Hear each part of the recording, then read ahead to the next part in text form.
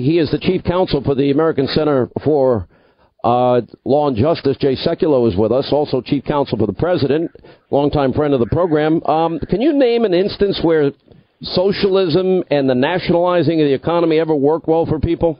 No, it doesn't work. And here's I think the reality. You just gave the litany of the progressive left that are running for president of the United States that are supporting this. And I don't know whether they actually support it or they're just afraid not to. It could be that as well. But the fact is that they're mouthing it. They're saying it.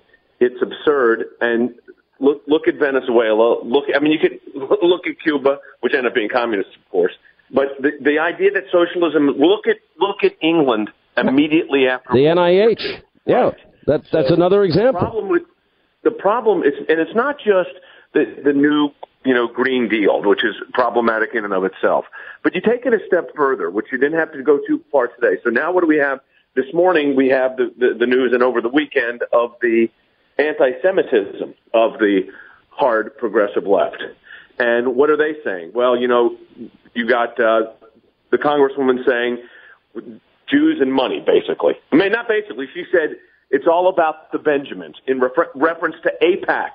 AIPAC, which is a Jewish organization, right? Yeah, by the way, the rise of you're talking about Congresswoman Omar. This is now, there's a series of incidences, Jay, of her, flagrant anti-Semitism. And we just also found out earlier today, and I'm pretty sure you've heard about this, but as Nancy Pelosi's trying to put out the, anti-Semitic dumpster fire started by one House Democrat, it's been discovered another of Pelosi's Democrats has a previously unknown tie to radical racist anti-Semite Louis Farrakhan, and that's right. Rashid Tlaib wrote an op-ed in the Final Call, the Nation of Islam, where she praises Farrakhan, whose history is unapologetic anti-Semitism. Well, this is what I cannot for the life of me understand. So you got Farrakhan, a known anti-Semite, not just anti-Israel, an anti-Semite.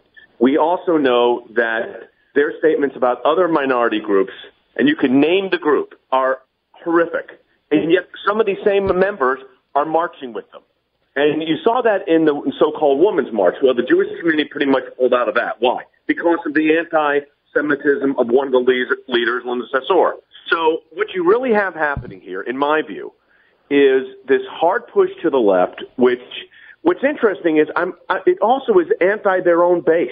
Because if you look at the base of the Democratic Party, look what's happening in Virginia right now. I mean, you got the governor this weekend.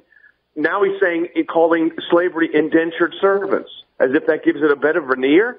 I mean, this is the whole idea of what's happened here should be sending shockwaves through the entire political spectrum, right, left, center. If this is who the new parties are, if this is where the Democratic Party, for instance, is going, I shudder to think what that means for our country if they were to get power. Well, let's stay in Virginia for just a minute. 1 minute, you have one House Democrat, Al Green, wanting to impeach President Trump for Virginia's Democrats' blackface scandals. That's from the Washington Times. We also have USA Today that the governor referring, as you said, to slaves as indentured servants, which is beyond, it was frankly insulting. Unbelievable. And at a level that takes your breath away. And now we have a second sexual assault claim against the Politico, but very few people saying, I believe these women, like they did in the Kavanaugh case. Well, look, here's what's happened.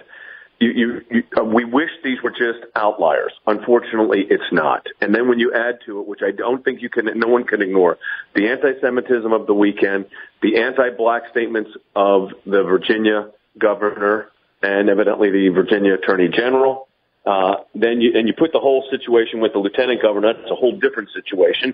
And then you put on top of that, and this is what's troubling to me, Sean, all of this in this veneer of progressive and all-encompassing, and we're gonna eliminate steak, we're gonna eliminate aircraft. I mean, I thought it was how did the senators from Hawaii exactly get to Washington D.C.? But no, they're going to build a high-speed train on their website. They're going to build a high-speed train in 10 years.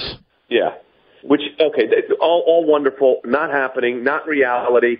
And people are buying it. And here's what happens. I think Bernie Sanders captured Bernie Sanders captured the Democratic Party last time, and now he's a moderate. That's really what it is. Bernie Sanders, within their own party now, was a socialist. Is a moderate. Right. Well, I mean, he's probably going to be pushed out. You're right. I mean, he's going to be pushed out by the hard left. But they all seemingly now want to outdo each other. What happens to, like, crazy Uncle Joe, Howard Schultz? It looks like Bloomberg wants to jump in this. What happens to those people? I don't think they can get the momentum. I mean, Bloomberg would have the money. Joe Biden would have, I think, a network. But I don't think they're going to get the galvanized support. I don't think they're going to get that's not where the grassroots is. I just don't see it. So I think you're looking at a situation, I believe, that you're looking at a situation where it's more likely that the Democratic Party goes to this hard left unless Nancy Pelosi, which is even, you can't even believe I'm saying this, curtails it. And when I say curtail it means not just condemn what this Congresswoman said about Jews, but actually take action, whether it's off of committees, a censure, whatever it might be. And we haven't even gotten into the issue of infanticide. Why now we're up to 7 states and the United States Senate won't protect a child that's born alive after an abortion is botched? By the way, the progressive European countries don't allow this, but we have 7 states in the United States that do. But it's interesting that whole issue kind of launched all this other stuff. And because you're peeling back the veneer of what this really is.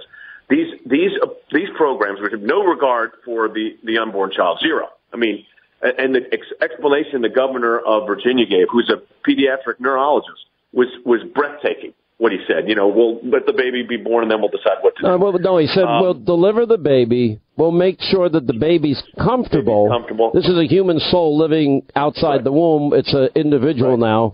And then the mother we'll let the mother decide whether or not we resuscitate the baby if it gets in distress, and then we'll have a meeting.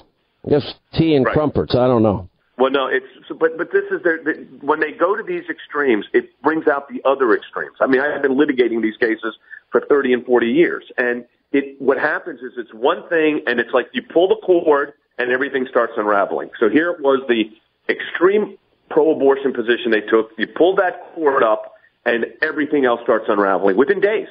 And now within a 2-week period, we've gone from that to the Virginia, racism, to the anti-Semitism of today, all within the same side, all within the same wing. And you ask yourself, why do they think the American people will buy this? But you know what? There is a percentage that will, and that's the scariest part. Well, the scary part is, I guess, when you look at our tax system now, it's a progressive system. When you have 20% paying 90% of the bill, the bottom 50% pay less than 2%, you already have redistribution. But then you talk about somebody like Elizabeth Warren and a wealth tax. She wants to come back, and if after you pay your 60 in New York, if you pay your federal taxes, your state income taxes, your city of New York income taxes, the highest property taxes in the country, you're down about 30 cents of every dollar you get to keep. Now, if you keep that 30% and the number gets too high, Elizabeth Warren wants to come in, legalize stealing, and go in and take another bite at the apple. But that's not the last bite. Then they'll come back in when you die and take another 40%. The estate tax, the death tax, and then 10% in the state of New York. My accountant always says, don't die in New York. I said, believe me, I'm going to try not to. Right. Well, but this is the problem. So whether it's the racial overtones, the anti-Semitism, the abortion issue, taxes, they've taken this position. And I think this is what they think is, obviously someone within that side of the political sphere thinks this is working. And so the Bernie Sanders, which is hard for me to even say this, and the Joe Bidens are too moderate. And does the Democratic Party decide to go this very aggressive left, which I think they've already made that decision? And where does that take the country? And I think the country rejects it at the end of the day. I do not think the United States of America is going to, but the fact that if we don't reject it, the issue of socialism, we will end up in poverty. We now have more energy resources available, produce more energy than Saudi Arabia and Russia. And we've only begun to tap into the natural gas resources we have. And think of all the wars that have been fought over the lifeblood of any economy, which is energy. All right, we'll continue. We'll ask Jay Sekulow on the other side as the counsel for the president. what the latest is on the so-called Mueller report. All right, as we continue with Jay Sekulow, American Center for Law and Justice, Chief Legal Counsel, also Counsel of the President. So I have Greg Jarrett and John Solomon. There's been a lot of revelations in the last number of weeks about how everybody knew that Clinton paid for the dossier. They know that it was never verified or corroborated. So many people signed off on the FISA applications knowing this and having been told this. But with that said, that hasn't been investigated, but we have the Russia investigation with Mueller against the president. Where are we with that? Well, look, I mean, a lot of people are thinking it's at the end. I think that I've never called a date. You know that, Sean. We've been talking about this for a year and a half, and I never said next week it's done. Blah blah blah. I've had colleagues of mine that have said it's over with by a certain date, but I do think it's in the last phases. I expect, and I think most people expect that this is wrapping up. You got a little hint of it, I think, from Adam Schiff saying that he didn't think Bob Mueller went far enough on business-related issues, as if, by the way, how would Adam Schiff know? Yeah, how would Adam Schiff know? And by the way, Adam Schiff... So Adam Schiff doesn't know, but the fact is that's not the scope and nature of what Bob Mueller's charge was. So, but it tells you something that, you know, the expectation level, I think, is dropping a bit as to what's going to actually come out of this. So, look, I think we're near the end. I think we'll see it. Some aspect, and I don't know, you know, there is a specific regulation in place that the Department of Justice has on how this report is handled. And I am sure and confident that the incoming Attorney General will follow the rules and regulations. That's what he testified to. And the question will be, and that's the question in everybody's mind, is what will be released and what will not be. And that's going to depend on the nature of what's in the report and how it's classified, or classification issues as far as security issues, Article 2 issues. But I am, you know, I suspect that we are near the ending phase of it. I don't give a date, but I think it's near the ending phase. All right, Jay Sekulow, as always, thanks for being with us.